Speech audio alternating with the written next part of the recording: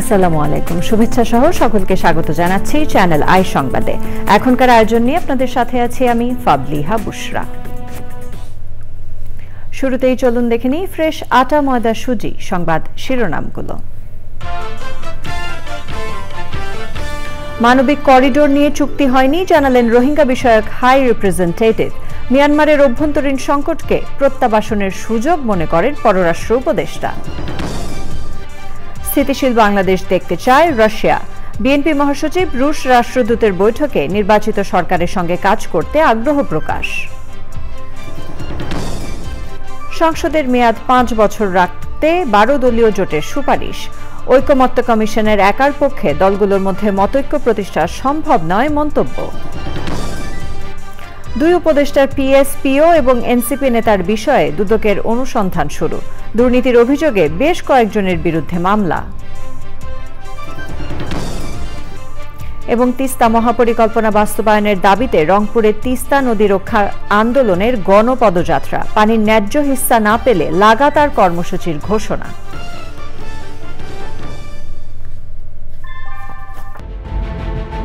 Primacy in build. German technology, Bangladesh's first Thermix rod, Salam Steel Thermax. সংবাদ শিরোনামগুলো জানাচ্ছিলাম। এখনকার এই সংবাদ আয়োজন একই সঙ্গে চ্যানেল আইয়ের ইউটিউব চ্যানেল এবং চ্যানেল আইয়ের ওটিটি প্ল্যাটফর্ম আই স্ক্রিনে লাইভ স্ট্রিম হচ্ছে। এবার জানাবো বিস্তারিত। মানবিক করিডোর নিয়ে কারোর সঙ্গে কোনো চুক্তি হয়নি বলে নিশ্চিত করেছেন প্রধান উপদেষ্টার রোহিঙ্গা বিষয়ক high representative doctor Khalilur Rahman. তিনি বলেন, মিয়ানমারের অভ্যন্তরে অস্থিরতা তৈরি করবে না বাংলাদেশ। অন্যদিকে মিয়ানমারের অভ্যন্তরীণ সংকটকে রোহিঙ্গা প্রত্যাবাসনের সুযোগ হিসেবে দেখছেন পররাষ্ট্র উপদেষ্টা। পান্থর রহমান জানাচ্ছেন বিস্তারিত। একদিকে মিয়ানমারের অভ্যন্তরীণ যুদ্ধাবস্থা, অন্যদিকে বাংলাদেশের আশ্রয়ে বাস্তুহারা 11 লাখের বেশি রোহিঙ্গা পুরো অঞ্চলকে করেছে অনিরাপদ। তৈরি হয়েছে ভূরাজনৈতিক সংকট। তার উপর নতুন করে প্রতিদিন গড়ে 30 জন রোহিঙ্গা ঢুকছে বাংলাদেশে। সব মিলিয়ে গত কিছুদিনে অনুপ্রবেশের সংখ্যা লাখ ছাড়িয়েছে। রোহিঙ্গা প্রত্যাবাসন, আঞ্চলিক নিরাপত্তার উপর কৌশলগত প্রভাব ও সমাধানের পথ নিয়ে আলোচনায় বক্তারা শোনালেন শঙ্কা আর সম্ভাবনার কথা। রাখাইনে আরাকান আর্মির প্রভাব নিয়েও মিশ্র প্রতিক্রিয়া বক্তাদের। আমরা বেশ জটিল পরিস্থিতির মধ্য দিয়ে যাচ্ছি, কেননা মিয়ানমারে এখন 3টা ভিন্ন পক্ষ এবং তারা আলাদা চরিত্রের। সবাই গুরুত্বপূর্ণ। ইতিহাস বলছে জাতিগত সংকটের সমাধান শান্তিপূর্ণ হয় না। বাংলাদেশ পাকিস্তানের মধ্যেও হয়নি। তাহলে এটাই কি সেই সংঘাত যেটা মিয়ানমারের রোহিঙ্গা সংকটের সমাধান দেবে? এটাই কি সেই সুযোগ? হয়তো এটাই সুযোগ, যার মাধ্যমে রোহিঙ্গাদের অধিকার পুনঃস্থাপিত হবে। বক্তারা মানবিক করিডোর ইস্যুকে বাংলাদেশের জন্য প্রথম ভূরাজনৈতিক পরীক্ষা হিসেবে দেখছেন। আমরা মানবিক করিডোর নিয়ে কোনো আলোচনা করিনি। মানবিক করিডোর নিয়ে আমাদের কোনো চুক্তিও হয়নি। তারা করিডোরের অনুরোধ করেছে, আমরা পরিষ্কারভাবে জানিয়েছি এটা মানবিক করিডোর নয়। করিডোর ভিন্ন ব্যাপার। পরে তারা একে মানবিক চ্যানেল হিসেবে সংজ্ঞায়িত করেছে, যা কিনা সম্পূর্ণ ভিন্ন। আরাকান আর্মিকে সীমান্তের ওপরে নতুন প্রতিবেশী হিসেবে উল্লেখ করে জাতীয় নিরাপত্তা উপদেষ্টা নিজেদের সীমান্ত রক্ষার তাগিদ দেন। পান্থর রহমান, চ্যানেল আই, ঢাকা। বাংলাদেশে নিযুক্ত রাশিয়ার রাষ্ট্রদূত আলেকজান্ডার গ্রিগোরিভিচ খোজিন বলেছেন, রাশিয়া চায় বাংলাদেশ যেন স্থিতিশীল থাকে, এই অঞ্চলে কোনোভাবেই অস্থিতিশীলতা না থাকে। বিএনপি চেয়ারপারসনের গুলশান কার্যালয়ে দলের মহাসচিব মির্জা ফখরুল ইসলাম আলমগীরের সাথে বৈঠকে রাশিয়ার রাষ্ট্রদূত একথা বলেন। বৈঠক শেষে বিএনপির স্থায়ী কমিটির সদস্য আমির খসরু মাহমুদ চৌধুরী জানান, সবার মতো রাশিয়াও নির্বাচিত সরকারের সঙ্গে কাজ করতে চায়। পরে বাংলাদেশে নিযুক্ত জাপানের রাষ্ট্রদূত বিএনপির সঙ্গে বৈঠক করেছেন। রাহুল রায়ের রিপোর্ট। বিভিন্ন দেশের কূটনীতিকদের সঙ্গে নিয়মিত বৈঠক করছে বিএনপি। রোববার সকালে বিএনপি চেয়ারপারসনের গুলশান কার্যালয়ে দলের মহাসচিব মির্জা ফখরুল ইসলাম আলমগীরের সঙ্গে সাক্ষাৎ করেন বাংলাদেশে নিযুক্ত রাশিয়ার রাষ্ট্রদূত আলেকজান্ডার গ্রিগোরিভিচ খোজিন। ঘণ্টাখানেক বৈঠক শেষে বিস্তারিত জানান বিএনপির স্থায়ী কমিটির সদস্য আমির খসরু মাহমুদ চৌধুরী। শুধু রাশিয়ান না, যাদের সাথে আমাদের বিভিন্ন ইস্যুগুলো আছে, আনরিজলভড আছে কিংবা ভবিষ্যতে হওয়ার সম্ভাবনা আছে, সেটা সরকারি লেভেলে বেসরকারি লেভেলে সব ক্ষেত্রে এগুলো একটা অপেক্ষায় আছে। তো তারা সবাই চাচ্ছে নির্বাচনের মাধ্যমে নির্বাচিত সরকার আসলে এই সিদ্ধান্তগুলো নিতে অনেক সহজ হয়ে যাবে, এবং এই সিদ্ধান্তগুলো তো অনেকগুলো স্বল্পমেয়াদী সিদ্ধান্ত না, অনেকগুলো দীর্ঘমেয়াদী মধ্যমেয়াদী সিদ্ধান্ত আছে। তো স্বাভাবিকভাবে তারা অপেক্ষা করছে সবাই নির্বাচনের জন্য, নির্বাচিত সরকারের জন্য। আমির খসরু জানান, এই অঞ্চলে স্থিতিশীলতা চায় রাশিয়া। সকলের তো কনসার্ন আছে যে সবাই এই এলাকায় একটা স্টেবিলিটি চায়। এই কেউ চায় না যে এটা ভৌগোলিক একটা আমাদের জিও স্ট্র্যাটেজিক যে বিষয়টা আছে, এটা যাতে স্টেবিলিটিটা যাতে অব্যাহত থাকে, এটা সকলের ইন্টারেস্টে সকলে চায়। বিকেলে বাংলাদেশে নিযুক্ত জাপানের রাষ্ট্রদূত সাইদা সেনইচি বিএনপি মহাসচিব মির্জা ফখরুল ইসলাম আলমগীরের সঙ্গে বৈঠক করেছেন। বৈঠকে দুই দেশের স্বার্থ সংশ্লিষ্ট বিভিন্ন বিষয়ে আলোচনা হয়েছে। রাহুল রায়, চ্যানেল আই, ঢাকা। বিএনপির মহাসচিব মির্জা ফখরুল ইসলাম আলমগীর বলেছেন, গণমাধ্যম ভুল করতে পারে, কিন্তু গণমাধ্যমকে আক্রমণ করার হুমকি গণতন্ত্রের জন্য ক্ষতিকর। তিনি বলেন, বিএনপি সবসময়ই গণমাধ্যমের স্বাধীনতার পক্ষে ছিল, আছে এবং থাকবে। বিশ্ব মুক্ত গণমাধ্যম দিবসের আলোচনায় সম্পাদকরা বলেন, বর্তমান সূচকে কয়েক ধাপ এগোলেও গণমাধ্যমের স্বাধীনতার ক্ষেত্রে বাংলাদেশ এখনও অনেক পিছিয়ে। পরাগ আজিমের রিপোর্ট। সম্পাদক পরিষদের আয়োজনে বিশ্ব মুক্ত গণমাধ্যম দিবস উপলক্ষে জাতীয় প্রেস ক্লাবে আলোচনা সভা। সম্পাদক, সিনিয়র সাংবাদিকরা ছাড়াও অংশ নেন রাজনীতিবিদরা। আলোচনায় সম্পাদকরা বলেন, গণতন্ত্রের স্বার্থেই গণমাধ্যমের স্বাধীনতা দরকার। সারা পৃথিবীতে গণমাধ্যমের স্বাধীনতার তালিকায় কয়েকশো দেশের অনেক নিচে অবস্থান করছে। এটা শুধু যে এই দেশের গণমাধ্যম কর্মীদের জন্য লজ্জাজনক, শুধু তাই নয়, এই দেশের যারা রাজনীতিক, যারা রাষ্ট্র পরিচালনা করেন, তাদের জন্য এটা কোনো অবস্থায় গৌরবের হতে পারে না। চাকরি যায় সেই দেশে মুক্ত গণমাধ্যম দিবস পালন করছি আমরা, জানি না আমি কাকে দায়ী করবো এই জন্য। শেখ হাসিনার রেজিম যে এত জনধিকৃত হয়েছিলেন তার অন্যতম কারণ ছিল যে গণমাধ্যমের স্বাধীনতা ছিল না।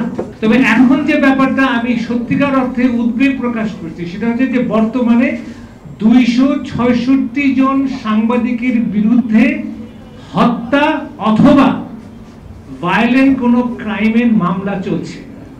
এটা কিভাবে সম্ভব?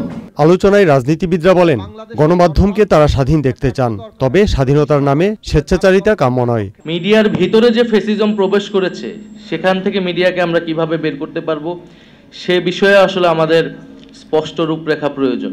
আদর্শিক আধিপত্য জায়গা থেকেও যদি মিডিয়া বের না হয়, জনগণের মিডিয়ার প্রতি যে আস্থা বিশ্বাসের জায়গা, সেটি আসলে সম্পূর্ণরূপে নিশ্চিত হবে না।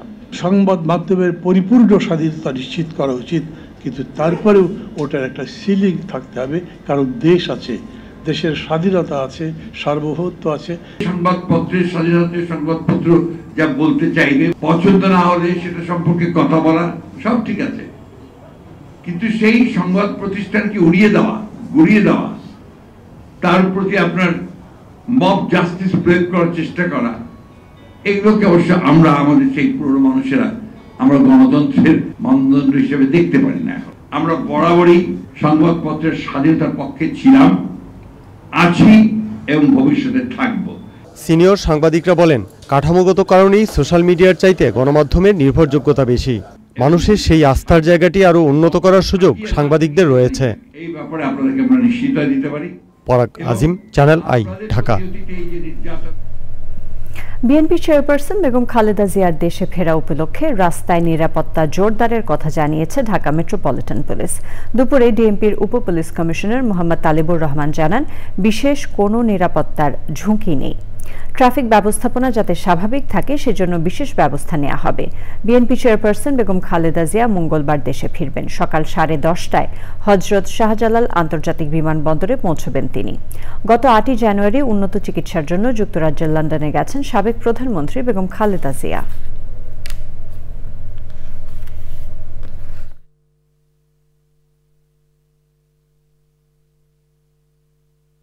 যাওয়ার পথটা যেন সুগম হয় এবং এখানে এয়ারপোর্ট থেকে তার বাসা অবধি যাতায়াতটা যেন সুশৃঙ্খলভাবে হয়, সেক্ষেত্রে আমাদের যে নিয়মিত পুলিশি কার্যক্রম থাকে, তার বাইরে জনসমাগম এবং অন্যান্য ব্যবস্থা বিষয়গুলো বিবেচনা করে আমরা প্রয়োজনীয় অতিরিক্ত জনবল নিয়োগ করব। এর বাইরে ট্রাফিক ব্যবস্থাপনা সেটার জন্য প্রয়োজনীয় ব্যবস্থা গ্রহণ করব। জাতীয় ঐকমত্য কমিশনের সঙ্গে বৈঠক শেষে 12 দলীয় জোটের মুখপাত্র শাহাদাত হোসেন সেলিম বলেছেন, তারা 25 বছরের কম বয়সীদের সংসদ সদস্য পদে নির্বাচন করার বিপক্ষে। 17 বছর বয়সে ভোটার হওয়ার নির্বাচন কমিশনের সুপারিশেও জোটের সমর্থন নেই। কমিশনের সহ সভাপতি ডক্টর আলী রিয়াজ বলেছেন, এককভাবে জাতীয় ঐকমত্য কমিশন কোনো ঐকমত্য গঠন করতে পারবে না। জান্নাতুল বাকিয়া কেকার রিপোর্ট। রোববার সকালে 24তম দল হিসেবে জাতীয় ঐক্যমত কমিশনের সঙ্গে বৈঠকে বসে 12 দলীয় জোট। জোটের 13 সদস্যের প্রতিনিধি দল রাষ্ট্রের 5টি খাতের সংস্কার প্রস্তাব নিয়ে 4 ঘণ্টার দীর্ঘ আলোচনা চালায়। বৈঠক শেষে ব্রিফিংয়ে জোটের মুখপাত্র শাহাদাত হোসেন সেলিম অভিযোগ করেন, কমিশনের কার্যক্রম দেখে মনে হচ্ছে তারা 24 ঘণ্টায় পুরো বাংলাদেশ বদলে দিতে চায়। তিনি বলেন, অতিরিক্ত উচ্চাকাঙ্ক্ষা বাদ দিয়ে ন্যূনতম ঐক্যমতে পৌঁছানোর চেষ্টা জরুরি। এনসিপিকে ডেকেছেন, ঠিক আছে, আমরা মেনে নিলাম। পরবর্তীকালে এখন যে নতুন রাজনৈতিক দলগুলো ব্যাগের ছাতার মতো গজিয়ে উঠছে, আপনারা তাদেরকে ডেকে অন্তত রাজনীতিকে কলুষিত করবেন না। সংস্কার একটা চলমান প্রক্রিয়া এবং ওনাদের সাথে আলোচনা করে মনে হয়েছে যে ওনারা অনেক বেশি উচ্চাকাঙ্ক্ষী চিন্তা করছেন। এত উচ্চাকাঙ্ক্ষা চিন্তা করছেন যে মনে হচ্ছে যে 24 ঘন্টার মধ্যেই বাংলাদেশকে ওনারা বদলিয়ে দেবেন। বিকেলে আলোচনায় অংশ নেন সমাজতান্ত্রিক পার্টি। যত প্রকার আইনগত এবং বৈধ কার্যক্রম আছে সেখানে আমরা আপনাদের পাশে থাকতে অঙ্গীকারবদ্ধ। জাতীয় ঐক্যমত্য কমিশনের সহসভাপতি অধ্যাপক ডক্টর আলী রিয়াজ বলেন, শুধু কমিশনের পক্ষে এককভাবে ঐক্যমত্য তৈরি করা সম্ভব নয়। জাতীয় ঐক্যমত তৈরির দায়িত্বটা কেবলমাত্র জাতীয় ঐক্যমত্য কমিশনের নয়। আপনারা যারা সংগ্রামে আছেন, আজকে আমাদের সাথে যারা কথা বলছেন, আপনারা আপনাদের সহযোগীদের সাথে কথা বলুন, অন্যান্য রাজনৈতিক শক্তির সঙ্গে কথা বলুন, কি করে আমরা এক জায়গায় আসতে পারি। রাজনৈতিক দলগুলোকে নিজেদের মধ্যে আলোচনায় এগিয়ে আসা এবং সহযোগিতার আহ্বান জানান doctor Ali Riaz. Jannatul Bakia Keka, channel I, Dhaka. গোয়েন্দা অনুসন্ধানের পর এলজিআরডি উপদেষ্টা আসিফ মাহমুদ সজীব ভূঁইয়ার সাবেক এপিএস মোয়াজ্জেম হোসেন ও স্বাস্থ্য উপদেষ্টা নূরজাহান বেগমের পিও তুহিন ফারাবী এবং সাবেক সমন্বয়ক এবিএম গাজী সালাউদ্দিন আহমেদ তানভীরের বিরুদ্ধে অনুসন্ধান শুরু করেছে দুদক। এছাড়া জ্ঞাত আয় বহির্ভূত সম্পদ অর্জনের অভিযোগে ট্যাক্সেস অ্যাপিলেট ট্রাইব্যুনালের সাবেক কর কমিশনার রঞ্জিত কুমার তালুকদার ও তার স্ত্রীর বিরুদ্ধে আলাদা 2টি মামলা করেছে দুদক। রোকসানা আমিনের রিপোর্ট।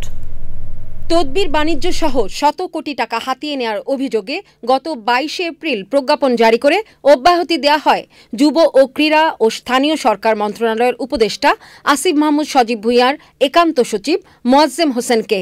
এর আগে দুর্নীতির অভিযোগ ওঠায় স্বাস্থ্য উপদেষ্টা নূরজাহান বেগমের পিও ছাত্র প্রতিনিধি তুহিন ফারাবীকেও অব্যাহতি দেওয়া হয়। শুধু তারাই নয়, নিয়োগে অবৈধভাবে হস্তক্ষেপ এবং এনসিটিভির পাঠ্যবই ছাপার কাগজে কমিশন বাণিজ্যের অভিযোগে ইতোমধ্যে দল থেকে অব্যাহতি দেওয়া হয়েছে জাতীয় নাগরিক পার্টি এনসিপির যুগ্ম সদস্য সচিব গাজী সালাউদ্দিন তানভীরকে। নিয়মিত ব্রিফিংয়ে দুদক মহাপরিচালক জানান, সম্প্রতি দুর্নীতির অভিযোগে অব্যাহতি পাওয়া 2 উপদেষ্টার এপিএস, পিও এবং এনসিপির যুগ্ম সদস্য সচিবের বিরুদ্ধে দুর্নীতির অভিযোগ অনুসন্ধান শুরু হয়েছে। 2জন উপদেষ্টা যে এপিএস, পিএস এবং সাবেক সমন্বয়কের বিরুদ্ধে অনুসন্ধানের সিদ্ধান্ত গৃহীত হয়েছে। তাদের বিরুদ্ধে গোয়েন্দা কার্যক্রম চলমান ছিল এবং সেই গোয়েন্দা কার্যক্রমের ভিত্তিতে প্রকাশ্য অনুসন্ধানের সিদ্ধান্ত গৃহীত হয়েছে। এর বাইরে মামলা হয়েছে বেশ কটি।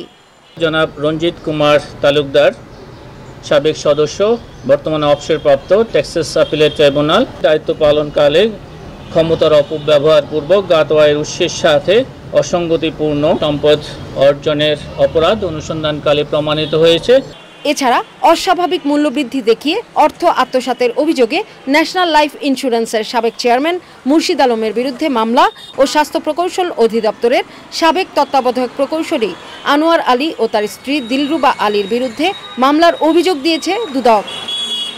রোকসানা আমিন, চ্যানেল আই, ঢাকা।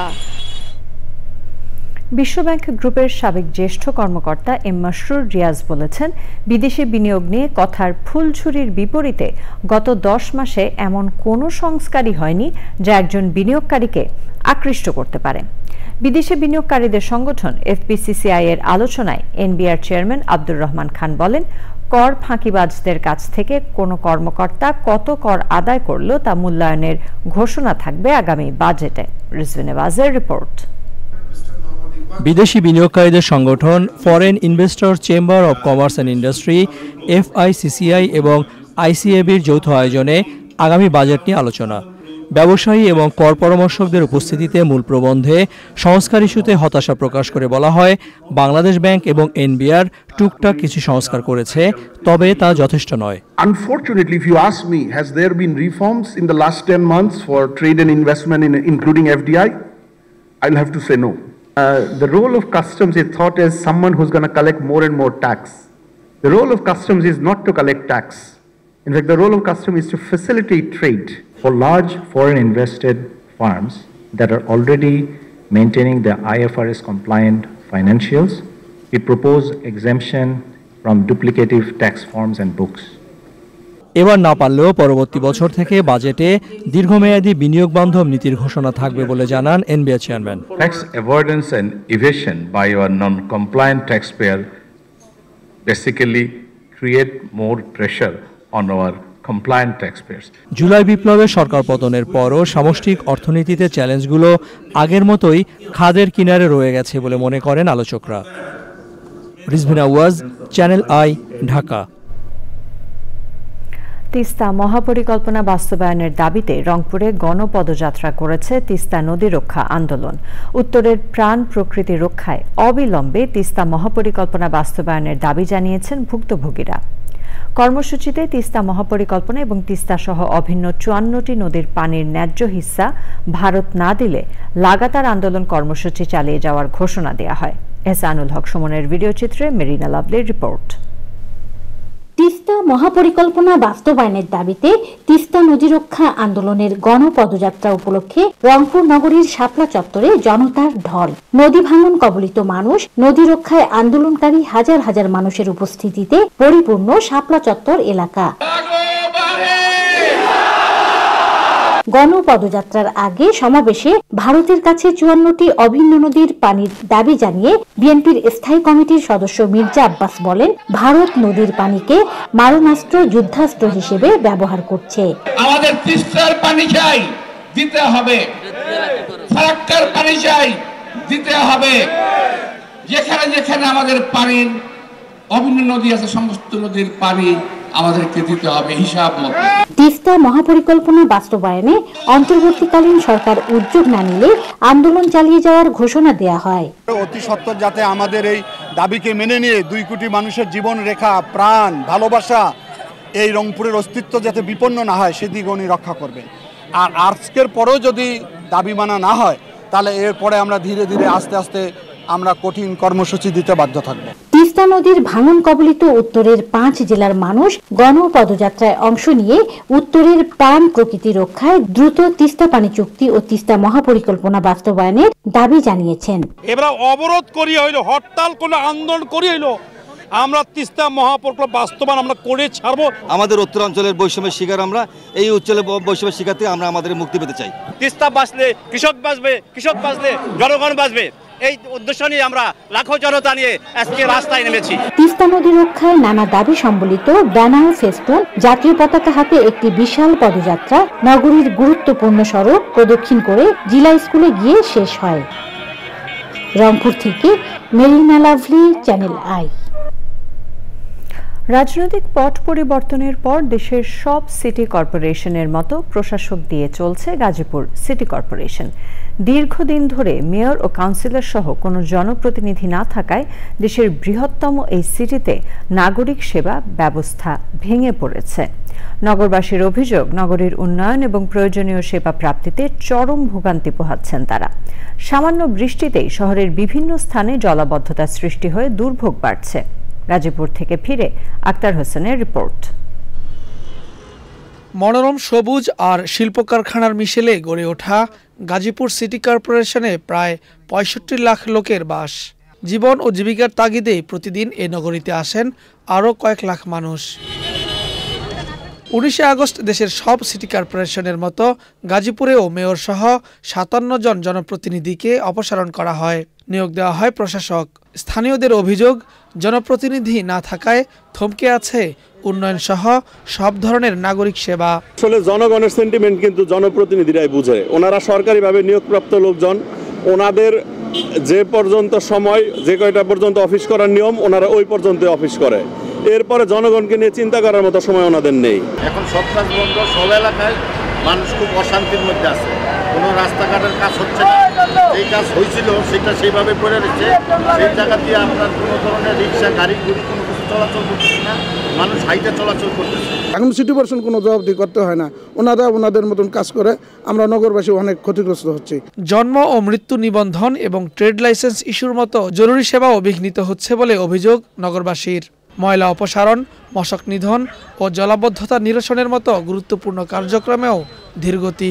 কোথাও কোথাও সড়কবাতি না থাকায় সন্ধ্যার পর চুরি ছিনতাই বেড়ে জননিরাপত্তা হুমকির মুখে। প্রতিটা ওয়ার্ডই অভিভাবক শূন্য হয়ে পড়েছে, প্রতিটা ওয়ার্ডেই ছিনতাই, রাহাজানি, অনেক দুর্ঘটনা বেড়ে যাচ্ছে। বিভিন্ন দীর্ঘসূত্রতা হচ্ছে, যার কারণে আমাদের যে নাগরিক সেবা তা বিঘ্নিত হচ্ছে। সামাজিক পারিবারিক কলহ, এই সমস্ত কাজে আমরা অবশ্যই বাধাগ্রস্ত হচ্ছি, যেহেতু আমাদের এলাকায় বর্তমান সিটি কর্পোরেশনের কোনো স্থায়ী কাউন্সিলর নেই। তবে নির্বাহী কর্মকর্তা জানিয়েছেন, জনপ্রতিনিধি না থাকলেও জনগণের কথা শুনছেন তারা।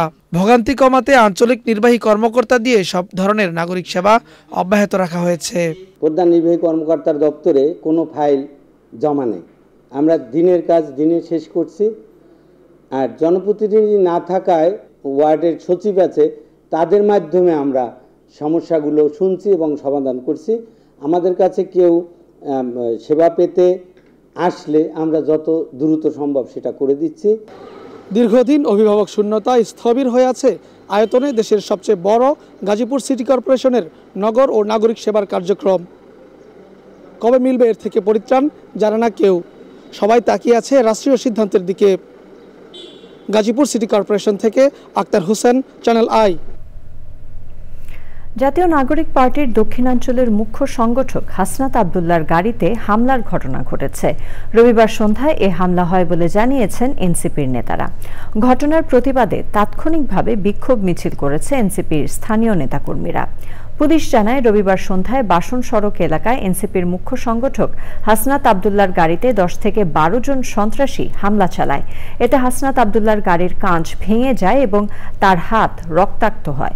খবর পেয়ে পুলিশ ঘটনাস্থল পরিদর্শন করেছে। পরে হাসনাত আব্দুল্লাহ তার গাড়ি নিয়ে ইসলামিক ইউনিভার্সিটি অফ টেকনোলজির সামনে কিছু সময় অবস্থান করে ঢাকার উদ্দেশ্যে রওনা হন। এ ব্যাপারে গাজীপুর মহানগর পুলিশের উপকমিশনার রবিউল ইসলাম বলেন, হাসনাত আব্দুল্লাহর উপর হামলার ঘটনায় সিসিটিভি ফুটেজ পর্যবেক্ষণ করা হচ্ছে। দায়ীদের ধরতে কাজ শুরু করেছে পুলিশ। জামায়াতে ইসলামের সাবেক সহকারী সেক্রেটারি জেনারেল ব্যারিস্টার আব্দুর রাজ্জাকের আত্মার শান্তি কামনা করে জামায়াতে ইসলামের আমির ডক্টর শফিকুর রহমান বলেছেন, দেশে আইনের শাসন প্রতিষ্ঠায় ব্যারিস্টার আব্দুর রাজ্জাকের আজীবনের লড়াই আইন অঙ্গনে অন্যদের জন্য অনুকরণীয় দৃষ্টান্ত হয়ে থাকবে। সেক্রেটারি জেনারেল মিয়া গোলাম পরওয়ার বলেছেন, তিনি কূটনীতিক ও রাজনৈতিক অঙ্গনে দারুণভাবে সুপরিচিত ছিলেন। এনামুল কবির রূপমের রিপোর্ট। সময়ের সাহসী আইনজীবী ব্যারিস্টার আব্দুর রাজ্জাকের রাজনৈতিক পরিচয় জামায়াতে ইসলামীর সাবেক সহকারী সেক্রেটারি জেনারেল। নানা শারীরিক অসুস্থতায় ভুগে রোববার বিকেলে ইন্তেকাল করেন তিনি। এশার নামাজের পরপরই ধানমন্ডি তাকোয়া মসজিদে তার প্রথম জানাজার নামাজ অনুষ্ঠিত হয়। জানাজায় অংশ নেন জামায়াতে ইসলামীর শীর্ষ নেতারা। আইনের অঙ্গনে দীর্ঘদিন তিনি সেবা দিয়েছেন এবং তিনি অত্যন্ত স্বচ্ছতা, দক্ষতার সাথে এই কাজটা করেছেন। তিনি কোনোদিন কোনো অস্বচ্ছ কাজ পছন্দ করতেন না। দেশকে আইনের শাসনের উপর প্রতিষ্ঠিত করার জন্য যে লড়াই আজীবন করে গেছেন, এটা আমি বিশ্বাস করি আইনগণের সকলের জন্য একটা উত্তম উদাহরণ হয়ে থাকবে। ন্যায় বিচার নির্ভর একটা সমাজ গড়ার জন্যে, সমাজ থেকে সব ধরনের বৈষম্য, অনাচার দূর করার জন্যে আমরা সবাই একসাথে কাজ করি। ইসলামী আন্দোলনের তিনি যে অসাধারণ অবদান রেখে গেছেন, দেশে বিদেশে নৈতিক অঙ্গনে রাজনৈতিক অঙ্গনে তিনি তার দক্ষতা যোগ্যতার জন্য দারুণভাবে সুপরিচিত সম্মানিত ছিলেন। দেশের এবং ভালো কাজের এই অসাধারণ ভূমিকা আল্লাহ তাআলা কবুল করুন। আজকে তার বিদায়ের বেলায় আমরা তার জন্য আল্লাহ তাআলার কাছে এই সৌভাগ্য, এই নেক আমল কামনা করছি। ব্যারিস্টার আব্দুর রাজ্জাকের কর্মময় জীবনের বেশিরভাগ সময় কেটেছে সুপ্রিম কোর্টে। সকাল 11টায় সেখানেই আনা হবে তাকে। কোর্ট প্রাঙ্গণে হবে মরহুমের দ্বিতীয় জানাজা নামাজ। তৃতীয় জানাজা অনুষ্ঠিত হবে জাতীয় মসজিদ বাইতুল মোকাররমে দুপুর 1:30টায়।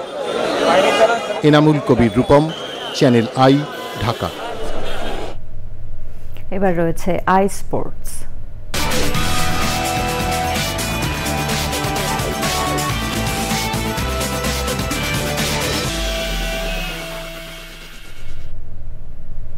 খেলাধুলার সব আপডেট নিয়ে আই স্পোর্টসে আছেন সহকর্মী আদিল আহমেদ শান। যাচ্ছি তার কাছে। শান। বুশরা, ধন্যবাদ আপনাকে। দর্শক সবাইকে আমন্ত্রণ জানাচ্ছি আমাদের আজকের আই স্পোর্টস। শুরুতেই টাইগারদের আপডেট। 2026 বিশ্বকাপ পর্যন্ত বাংলাদেশ টি-20 ক্রিকেট দলের অধিনায়কের দায়িত্ব পেয়েছেন লিটন কুমার দাস। আসন্ন আরব আমিরাত এবং পাকিস্তানের বিপক্ষে টি-20 সিরিজের 16 সদস্যের দল ঘোষণার সময় জানা গেছে স্কোয়াডে নেই পেসার তাসকিন এবং অলরাউন্ডার মেহেদী মিরাজ। বিস্তারিত রিপোর্টে। 2026-এর যে টি-20 বিশ্বকাপ ফেব্রুয়ারি মার্চে অনুষ্ঠিত হতে যাচ্ছে, সেই বিশ্বকাপকে সামনে রেখেই সেই পর্যন্ত লিটন কুমার দাসকে আমাদের জাতীয় দলের টি-20 দলের অধিনায়ক হিসেবে মনোনীত করা হয়েছে। আপৎকালীন হিসেবে টাইগারদের 4 ম্যাচে টি-20 নেতৃত্ব দেওয়ার সুযোগ পেয়েছিলেন লিটন কুমার দাস। এবার 2026 টি-20 বিশ্বকাপ পর্যন্ত পাকাপাকিভাবে বাংলাদেশের শর্ট ফরম্যাটের ক্রিকেটে অধিনায়ক হলেন লিটন। আরব আমিরাতের 2 ম্যাচ এবং পাকিস্তানের বিপক্ষে 5 ম্যাচের টি-20 সিরিজে ডেপুটি হিসেবে তার সঙ্গে থাকবেন শেখ মেহেদী।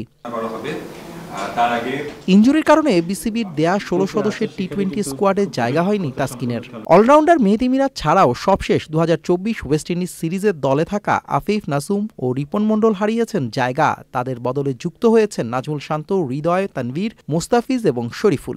আসন্ন 2 দেশের সিরিজে মোট 7 ম্যাচের স্কোয়াডে থাকা সবাই সুযোগ পাবে বলে জানিয়েছেন বিসিবির প্রধান নির্বাচক। Miraz is a very important বলি, ভ্যালুয়েবল বলি আমাদের জাতীয় দলের জন্য। আমরা সবাইকে অ্যাকোমোডেট করতে পারবো না। আপনি যদি দেখেন লিটন দাস যদি 3 হয়, তাহলে মিডল অর্ডারটা খেলার জন্য ওখানে কিন্তু তহিদ, হৃদয়, শামীম হোসেন অ্যান্ড অনিক আছে, তার পাশাপাশি শান্তর নামটা ওখানে আছে। সো আরেকটা নাম অ্যাড অন করার এখানে যেমন আমার সুযোগ ছিল না, সুযোগ থাকলে I would love to take him. 17 ও 19 মে শারজায় ইউএর বিপক্ষে 2 ম্যাচের টি-20 পর সেখান থেকেই পাকিস্তানে যাবে team Tigers. Adil Ahmed Shan, channel I, Dhaka. Cricket অঙ্গনের আরও খবর। মাদক সেবনের কারণে ক্রিকেট থেকে সাময়িক নিষিদ্ধ হয়েছেন সাউথ আফ্রিকান তারকা পেসার কাগিসো রাবাদা। গত জানুয়ারিতে সাউথ আফ্রিকান লিগ SA টি-20 চলার সময় ঘটনা এটি। MI কেপটাউনের হয়ে খেলছিলেন রাবাদা। নেশাজাতীয় মাদক পরীক্ষায় পজিটিভ হন প্রোটিয়া এই পেসার। এরপর ইন্ডিয়ান প্রিমিয়ার লিগ IPL-এ গুজরাট টাইটান্সে যোগ দেন তিনি। গত 3রা এপ্রিল হঠাৎ করেই ব্যক্তিগত কারণ দেখিয়ে নিজ দেশে ফিরে যান তিনি। সম্প্রতি সাউথ আফ্রিকান ক্রিকেটার্স অ্যাসোসিয়েশনের মাধ্যমে নিজের দোষ স্বীকার করে বিবৃতি দেন এবং সেখানে দুঃখ প্রকাশ করেন কাগিসো রাবাদা। তবে তার নিষেধাজ্ঞার মেয়াদ ঠিক কতদিন সে বিষয়ে বিস্তারিত জানানো হয়নি। দ্রুতই একটি সংবাদ সম্মেলন করে বিস্তারিত জানাবে ক্রিকেট সাউথ আফ্রিকা। 2014 সালে সাউথ আফ্রিকান জার্সিতে অভিষেক হওয়া রাবাদা 3 ফরম্যাট মিলিয়ে 566টি আন্তর্জাতিক উইকেটের মালিক। দর্শক, এই ছিল আমার হাতে থাকা আজকের আই স্পোর্টসে। আপনাদেরকে আবারও ফিরে নিচ্ছি বুশরার কাছে মূল সংবাদে। শান, ধন্যবাদ আপনাকে। এবার জানাবো অন্যান্য খবর। আসন্ন ঈদুল আজহার সময় কোরবানির পশুর চামড়ার ন্যায্য মূল্য নিশ্চিতকরণ, পশু আনা নেয়া ব্যবস্থাপনা সহ সার্বিক বিষয়ে সুষ্ঠু ব্যবস্থাপনা নিশ্চিত করতে একটি উচ্চ পর্যায়ের কমিটি গঠন করতে নির্দেশ দিয়েছেন প্রধান উপদেষ্টা প্রফেসর মোহাম্মদ ইউনূস। রাষ্ট্রীয় অতিথি ভবন যমুনায় এক বৈঠকে এই নির্দেশ দেন প্রধান উপদেষ্টা। প্রধান উপদেষ্টা বলেন, দীর্ঘদিন ধরেই আমরা দেখছি মানুষ কোরবানির পশুর চামড়ার ন্যায্য মূল্য প্রাপ্তি থেকে বঞ্চিত হচ্ছেন। এর ফলে সবচেয়ে বেশি ক্ষতিগ্রস্ত হচ্ছেন সমাজের হতদরিদ্র মানুষেরা, যারা এই চামড়া বিক্রির টাকার ওপর অনেকাংশে নির্ভরশীল। এই অব্যবস্থাপনার অবসান হওয়া প্রয়োজন। পশুর চামড়ার দাম নিয়ন্ত্রণে একটি সিন্ডিকেট রয়েছে উল্লেখ করে প্রধান উপদেষ্টা বলেন, সরকার সর্বোচ্চ চেষ্টা করবে যাতে কোনো সিন্ডিকেটের বা অব্যবস্থাপনার কারণে মানুষ কোরবানির পশুর চামড়ার ন্যায্য মূল্য থেকে বঞ্চিত না হয়। প্রধান উপদেষ্টার সভাপতিত্বে অনুষ্ঠিত বৈঠকে অন্যান্যের মধ্যে উপস্থিত ছিলেন শিল্প উপদেষ্টা আদিলুর রহমান খান, সড়ক পরিবহন ও সেতু উপদেষ্টা মোহাম্মদ ফাউজুল কবির খান, পরিবেশ, বন ও জলবায়ু পরিবর্তন এবং পানি সম্পদ উপদেষ্টা সৈয়দা রিজওয়ানা হাসান এবং তথ্য উপদেষ্টা মাহফুজ আলম। প্রাণী সম্পদ মন্ত্রণালয়ের তথ্য অনুযায়ী এবারের কোরবানির ঈদে প্রায় ২১ লাখ গবাদি পশু অবিক্রিত থেকে যেতে পারে। দেশে কোরবানির জন্য বিক্রি উপযুক্ত পশু রয়েছে প্রায় ১.১ কোটি। কোরবানি উপলক্ষে আন্তঃমন্ত্রণালয় বৈঠক শেষে উপদেষ্টা ফরিদা আক্তার জানিয়েছেন, চাহিদার তুলনায় গরু ছাগল বেশি থাকায় এবারও পশু আমদানির সুযোগ থাকছে না। লুৎফুর রহমান সোহাগের রিপোর্ট। ৪ সপ্তাহ পরই দেশে জমে উঠবে কোরবানির পশুর বাজার। গবাদি পশুর বাজার ব্যবস্থাপনা সম্পর্কে জানাতে রোববার সচিবালয়ে গণমাধ্যমের সামনে আসেন প্রাণী সম্পদ উপদেষ্টা। জানান, কুরবানির জন্য যে পরিমাণ চাহিদা রয়েছে দেশের খামারিরা এর চেয়ে বেশি বিক্রিযোগ্য পশু নিয়ে প্রস্তুত আছেন। ৫৬,০০,৯০৫টি গরু মহিষ, ৬৮,৩৮,৯২০টি ছাগল ভেড়া এবং ৫,৫১২টি অন্যান্য প্রজাতি সহ সর্বমোট ১,২৪,৪৭,৩৩৭টি গবাদি পশুর প্রাপ্যতা আশা করা যাচ্ছে। এবছর প্রায় ২০,৬৮,১৩৫টি গবাদি পশু উদ্বৃত্ত থাকার সম্ভাবনা আছে। যদি চাহিদা বেড়েও যায় সেটা মিট করার মতো আমাদের সংখ্যা আছে। ফরিদা আক্তার জানান, সীমান্ত দিয়ে অবৈধভাবে পশু আনা বন্ধ করা হবে। এবার শোনা যাচ্ছে যে মায়ানমার দিয়ে অনেক ঢুকছে, কক্সবাজারের ওদিকে ঢুকছে, অনেকে এটাকে সুযোগ নেওয়ার চেষ্টা করছে। আমরা একটা পরিষ্কার বলে দিতে চাই যে ওদিক থেকেও কোনো দিক থেকে আমদানি তো হবেই না, এমনকি অবৈধ পথে ঢোকার পথও বন্ধ করে দেওয়া হবে। পশুবাহী যানবাহনে ডাকাতি ঠেকাতে যৌথ উদ্যোগ গ্রহণের কথা জানান প্রাণী সম্পদ উপদেষ্টা। পক্ষ থেকে যিনি এসেছেন লুৎফুর রহমান সোহাগ, চ্যানেল আই, ঢাকা। প্রিয় দর্শক, আপনারা দেখছেন চ্যানেল আই সংবাদ। সময় হয়ে গেল একটি বিরতি নেবার। বিরতির পর অন্যান্য খবরের সাথে আরো জানিয়ে ফিরব। ভারতের পতাকাবাহী জাহাজে পাল্টা নিষেধাজ্ঞা দিয়ে পাকিস্তানের ক্ষেপণাস্ত্র পরীক্ষা, সেনাদের প্রস্তুতি নিশ্চিত করা উৎক্ষেপণের লক্ষ্য মন্তব্য।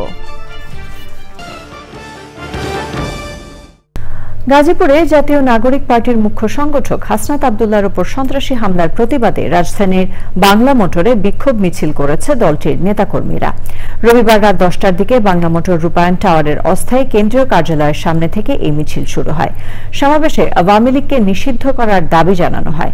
বিক্ষোভ মিছিলের আয়োজন করে এনসিপি ঢাকা মহানগর শাখা।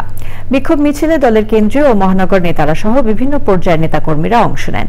মিছিলটি বাংলা মোটর থেকে শুরু হয়ে শাহবাগ মোড় ঘুরে আবার রূপায়ণ টাওয়ারের সামনে গিয়ে শেষ হয়। সেখানে সংক্ষিপ্ত বক্তব্য রাখেন দলটির কেন্দ্রীয় নেতারা।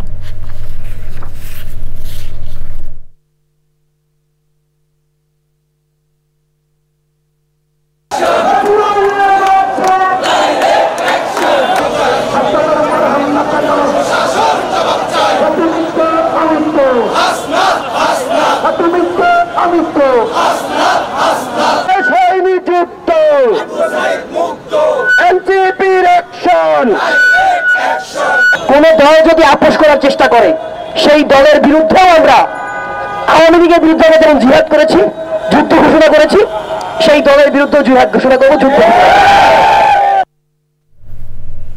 শিক্ষার্থীদের আত্মনির্ভরশীল হয়ে ওঠার গুরুত্ব এবং বিশ্বব্যাপী সর্বশেষ প্রযুক্তিগত উদ্ভাবনের সঙ্গে পরিচিত হওয়ার পরামর্শ দিয়েছেন প্রধান বিচারপতি ডক্টর সৈয়দ রেফাত আহমেদ। তিনি রবিবার রাতে চট্টগ্রামে সানশাইন এডুকেশনের ছাত্রছাত্রী, শিক্ষক এবং ব্যবস্থাপকদের সঙ্গে ইন্টারঅ্যাক্টিভ সেশনে অংশ নিয়ে একথা বলেন। সানশাইন এডুকেশনের প্রতিষ্ঠাতা এবং চেয়ারম্যান শিক্ষাবিদ সাফিয়া গাজী রহমানের সভাপতিত্বে অনুষ্ঠানে ছিলেন কোরিয়ান ইপিজেডের চেয়ারম্যান কিহাক সাং, সানশাইন এডুকেশনের ডিরেক্টর গাজী আফতাব রহমান, চট্টগ্রাম শিক্ষা বোর্ডের চেয়ারম্যান অধ্যাপক ইলিয়াস উদ্দিন, সানশাইন একাডেমির পরিচালক মোহাম্মদ জাহাঙ্গীর আলম সহ অন্যরা।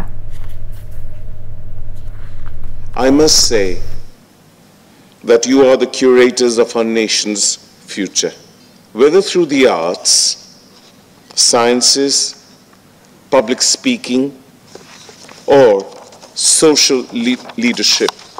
Your aspirations are the building blocks of a just.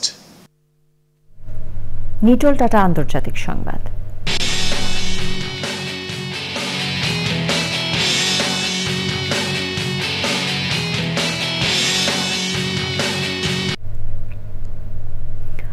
Kashmir ইস্যুতে চলমান উত্তেজনার মধ্যে এবার পাল্টা পদক্ষেপ হিসেবে পাকিস্তান নিজেদের বন্দরে ভারতের পতাকাবাহী জাহাজ নিষিদ্ধ করেছে। এর আগে ভারতের পক্ষ থেকেও একই ধরনের নিষেধাজ্ঞার কথা জানানো হয়। শনিবারের এই সিদ্ধান্তের পর ক্ষেপণাস্ত্র পরীক্ষা চালিয়েছে পাকিস্তানের সামরিক বাহিনী। পাকিস্তান সামরিক বাহিনীর বরাত দিয়ে এএফপি জানায় শনিবার 450 কিলোমিটার পাল্লার ক্ষেপণাস্ত্রের সফল উৎক্ষেপণ করা হয়েছে। পাকিস্তান সেনাবাহিনীর বিবৃতিতে বলা হয়, এই উৎক্ষেপণের উদ্দেশ্য সেনাদের প্রস্তুতি নিশ্চিত করা এবং ক্ষেপণাস্ত্রের উন্নত ন্যাভিগেশন সিস্টেম ও বাড়তি চালন ক্ষমতা সহ কারিগরি বৈশিষ্ট্যগুলো যাচাই করা। ভারত নিয়ন্ত্রিত কাশ্মীরের পেহেলগামে গত 22 এপ্রিল পর্যটকদের ওপর হামলার জন্য পাকিস্তানকে দায়ী করেছে নয়াদিল্লি। তবে হামলার সঙ্গে কোনো সংশ্লিষ্টতা নেই বলে দাবি পাকিস্তানের। স্বাধীনভাবে এই হামলার তদন্তেরও আহ্বান জানিয়েছে দেশটি। এবার জানাবো আইস্ক্রিন সাংস্কৃতিক সংবাদ।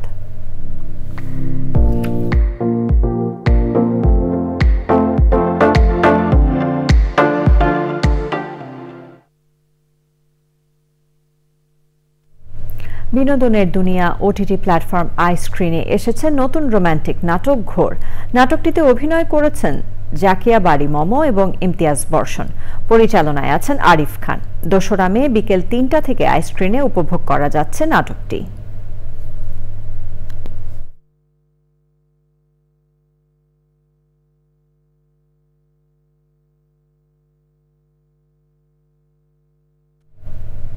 এবার জানাবো কৃষি সংবাদ।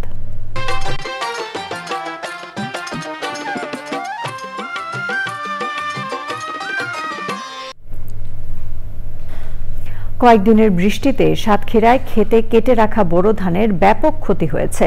বৃষ্টির পানিতে নষ্ট হচ্ছে ধান। শ্রমিক সংকটে খেতে থাকা বাকি ধানও ঘরে তুলতে পারছেন না কৃষক।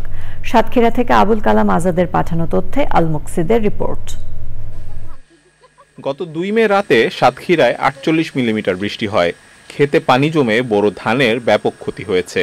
সেই সাথে যোগ হয়েছে শ্রমিক সংকট।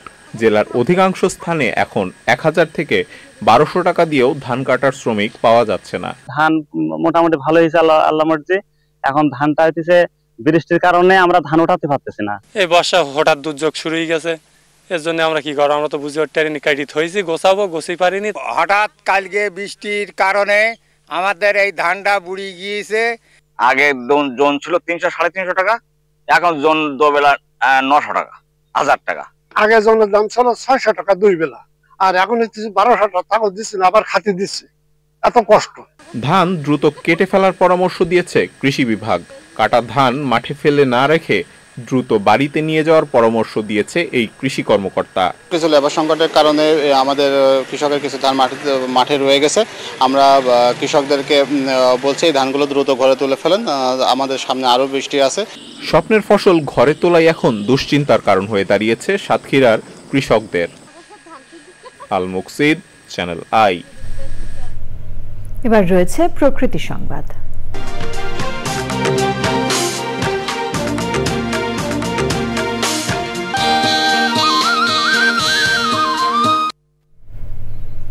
নদীতে বাঁধ দিয়ে প্রথমে সড়ক ও পরে স্থাপন করা হয় জমজমাট বাজার। অভিযোগ উঠেছে নদী হত্যার এমন কাজে জড়িত রাজনীতিবিদ সহ মানুষ গড়ার কারিগর একজন শিক্ষকও। সুনামগঞ্জের তাহিরপুরের উত্তর শ্রীপুর ইউনিয়নে কালাগাং নদীর জায়গা ভরাট করে প্রায় অর্ধশত আধা পাকা দোকানঘর নির্মাণ করেছেন ভূমিদস্যুরা।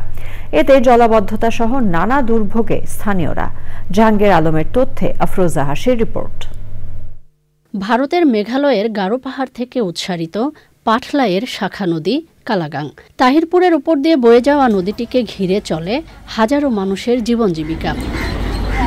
2006 সালে মাটিয়ান হাওরের ফসল রক্ষায় প্রবাহমান নদীর উৎসমুখে অস্থায়ী বাঁধ নির্মাণ করে বেসরকারি উন্নয়ন সংস্থা centre for natural resource studies. এতে দুভাগে বিভক্ত হয়ে পড়ে নদীটি। স্থানীয়দের অভিযোগ, বাঁধটি দখল করে শ্রীপুর বাজার সম্প্রসারণ করেছে রাজনৈতিক প্রভাবশালীরা। বাঁধ দিয়ে এখন এই কিছু কিছু লোক আছে এরা এটার মধ্যে ঘরবাড়ি করছে। ডলার গার্ড আছে এটা গার্ডটা পর্যন্ত নাই গিয়া এরা বিট করিয়া বাজার দোকানপাট মানালিতেছে। পানি যে দেখা যাইতেছে না, বাজার পর্যন্ত পানিটা, জাঙ্গাল পর্যন্ত পানিটা দেখা যাইতেছে, এই পর্যন্ত নদী ছিল। তবে অভিযুক্তদের দাবি শ্রেণী পরিবর্তন হওয়ায় জমি বন্দোবস্ত দিয়েছে প্রশাসন। এটাকে বরাদ করা হয়েছে, বরাদ করার পরে এখানে আমাদের এলাকার স্থানীয় ব্যক্তিবর্গ যারা আছে সবাই বিট আকারে নিয়ে এটাকে মানে ফেরি থেকে অন্তর্ভুক্ত করে দিচ্ছে আর কি, যেটা বুঝছেন এরকম। আমরা দোকান বলছি দুইটা দিকে মাঝে বরাদ করে যাচ্ছি, আমরা দুইটা দিকে মাঝে দিয়ে রাস্তায় ফিরছি। তদন্ত সাপেক্ষে অবৈধ দখলদারদের উচ্ছেদে কার্যকর পদক্ষেপ নেওয়ার কথা জানিয়েছে উপজেলা প্রশাসন।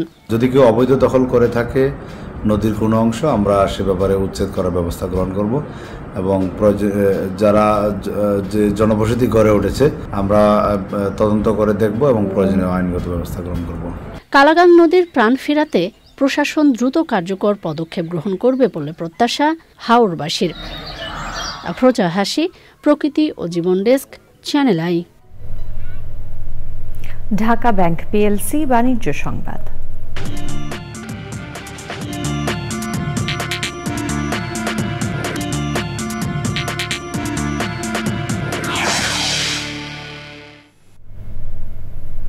ঢাকা স্টক এক্সচেঞ্জে সপ্তাহের প্রথম কার্যদিবসে লেনদেনে ঊর্ধ্বমুখী প্রবণতা দেখা গেছে।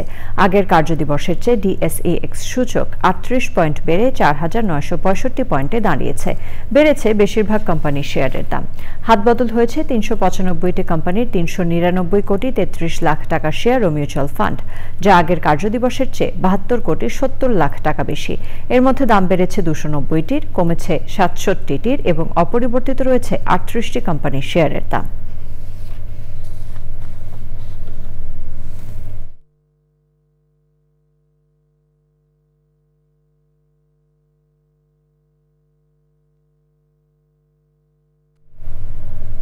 সংবাদে আবারও সময় হয়ে গেল একটি বিরতি নেবার। বিরতির পর অন্যান্য খবরের সাথে আরও জানিয়ে ফিরব। কুয়েটে ২ মাসের বেশি সময় পর শিক্ষা কার্যক্রম শুরুর কথা থাকলেও পাঠদান বিরতিতে শিক্ষকরা লাঞ্ছনার বিচার না হওয়া পর্যন্ত কর্মবিরতির ঘোষণা।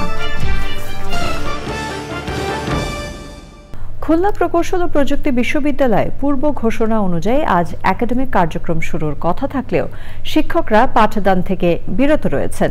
কুয়েটের শিক্ষক লাঞ্ছিতের বিচার না হওয়া পর্যন্ত শ্রেণী কার্যক্রমে অংশ না নেয়ার ঘোষণা দিয়েছে শিক্ষক সমিতি।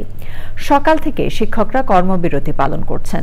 নাম প্রকাশে অনিচ্ছুক কয়েকজন শিক্ষক জানান, শিক্ষক সমিতির সিদ্ধান্ত মোতাবেক এখনও পাঠদান করার পরিস্থিতি তৈরি হয়নি। 18 ফেব্রুয়ারি ছাত্র দলের প্রচারপত্র বিলিকে কেন্দ্র করে ক্যাম্পাসে সংঘর্ষের ঘটনা ঘটে।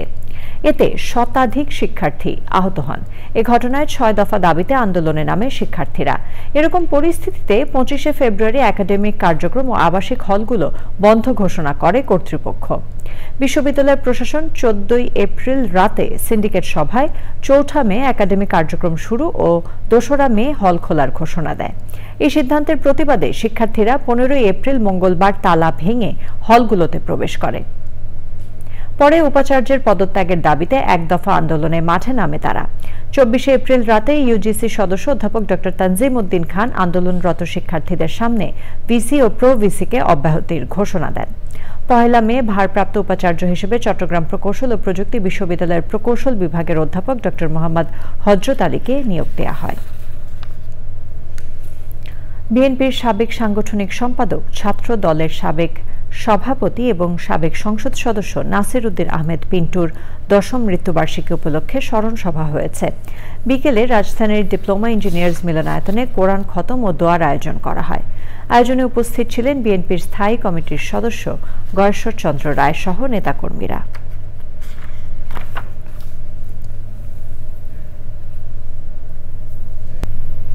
এরই সাথে আয়োজনের শেষ পর্যায়ে আমরা, তবে যাবার আগে ফ্রেশ আটা, ময়দা, সুজি সংবাদ শিরোনামগুলো জানিয়ে দিচ্ছি আরো একবার। মানবিক করিডোর নিয়ে চুক্তি হয়নি, জানালেন রোহিঙ্গা বিষয়ক হাই রিপ্রেজেন্টেটিভ। মিয়ানমারের অভ্যন্তরীণ সংকটকে প্রত্যাবাসনের সুযোগ মনে করেন পররাষ্ট্র উপদেষ্টা।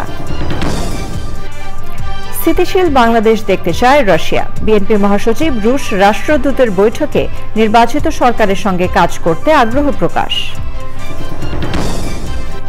সংসদের মেয়াদ 5 বছর রাখাতে 12 দলীয় জোটের সুপারিশ। ঐক্যমত্য কমিশনের একার পক্ষে দলগুলোর মধ্যে মতৈক্য প্রতিষ্ঠা সম্ভব নয় মন্তব্য। দুই উপদেষ্টার পিএস, পিও এবং এনসিপি নেতার বিষয়ে দুদকের অনুসন্ধান শুরু। দুর্নীতির অভিযোগে বেশ কয়েকজনের বিরুদ্ধে মামলা। এবং তিস্তা মহাপরিকল্পনা বাস্তবায়নের দাবিতে রংপুরে তিস্তা নদী রক্ষা আন্দোলনের গণপদযাত্রা। পানির ন্যায্য হিস্সা না পেলে লাগাতার কর্মসূচির ঘোষণা।